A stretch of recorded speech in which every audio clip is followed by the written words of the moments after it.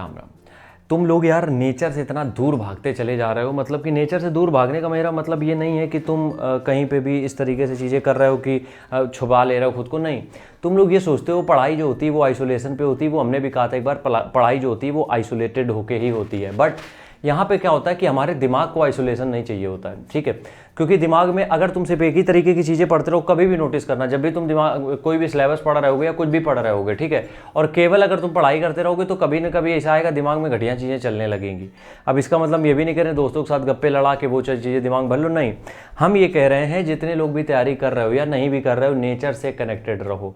जिंदा रहना है तो नेचर से कनेक्ट रहो। अब नेचर से कनेक्ट कैसे रहोगे? जैसे कि तुम्हारे घर के बाहर पार्क हो या तुम्हारे 10-20-50 किलोमीटर में कोई हिल स्टेशन हो या कुछ ऐसी जगह हो जहाँ पे पहाड़ हो, झरने हो, नदियाँ हो, यहाँ जाओ। कम से कम 1 महीने में एक बार या 2 महीने में जब भी तुम्हारा टाइम मिलता है जाओ। और कोशिश ये करो वहाँ पे इन्फ्लुएंसर बनने मत जाओ। फ़ोन कैमरा उठा लिया, वीडियो बने रही, ये करने मत जाओ।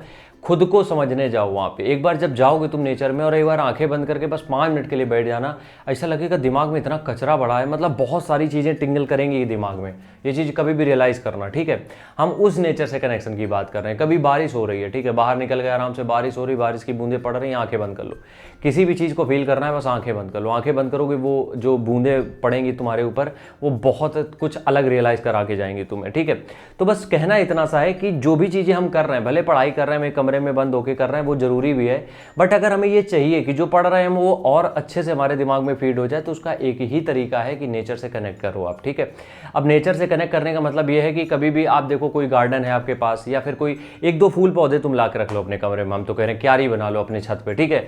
अब कभी भी पढ़ने का मन नहीं हुआ बट पढ़ना जरूरी, किताबें लेके वहीं पे बैठ जाओ जाके। क्योंकि क्या होता है जब नेचर की जो चीज़ें होती है वो जब हम देखते हैं तो आंखों को एक अलग सुकून मिलता है, जिससे कि तुम जो पढ़ रहे हो उसमें और ज़्यादा डिटेल में जा पाते हो, ठीक है। तो कोशिश ये करो कि नेचर के पास रहो। नहीं रह पा रहे हो तो हफ्ते 10 दिन में, 15-20 दिन में एक बार जरूर घूम के आओ। बहुत मनाली, शिमला, हिमाचल का प्लान मत बना लेना। आसपास ही कोई जो भी छोटी जगह हो जहाँ पे नेचर अच्छा तुम्हें फील करा पाए, वहाँ पे जरूर जाओ और एक बार आइज क्लोज करके, आंखें बंद करके उस जगह की वाइब को फील करना। तुम्हें समझ में आएगा तुम्हारे दिमाग में चल कितनी चीज़ें रही। इतनी गंदी बातें आएंगी ना दिमाग में कि तुम सोच भी नहीं सकते हो। लेकिन हाँ, जब बार बार तुम ये चीज़ें रिपीट करोगे, थोड़ा सा 10-10 मिनट बैठना अकेले में या फिर कहीं नेचर में घूमने निकल जाना, तब ये चीज़ें फिर वॉश होती रहती हैं। और फिर एक दिन ऐसा आएगा कि तुम बैठोगे सुकून से, 2 घंटे बैठे रहोगे, कुछ भी निगेटिव चीज़ें दिमाग में फंसेंगी नहीं। राम राम।